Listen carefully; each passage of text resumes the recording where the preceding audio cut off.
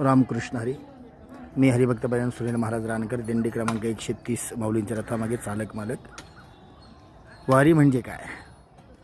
तर वारी म्हणजे प्रेम, वारी म्हणजे स्नेह आणि आपुलकी. वारीमध्ये ज्या काही गोष्टी कराव्या लागतात त्याच्यातील ही महत्त्वाची एक गोष्ट आहे, तंबू मारणं. पायी चालत येणाऱ्या वारकऱ्यांसाठी निवाऱ्यासाठी या ठिकाणी तंबूंची व्यवस्था केली जाते आणि मला वाटतं 3-4 तास या ठिकाणी तंबू व्यवस्थित करण्यामध्ये जातात. असे हे चर खोदले जातात. काही घाण असेल तरी घाण काढली जाते.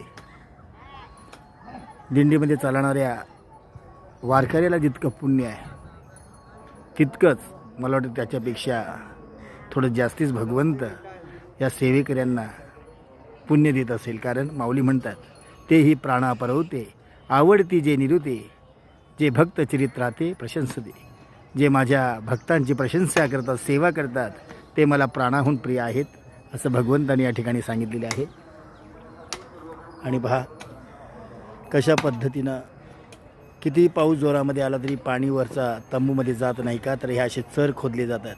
आणि आज आपण नवीन तंबू या ठिकाणी लावलेले आहेत जेजुरी तीर्थक्षेत्रामध्ये.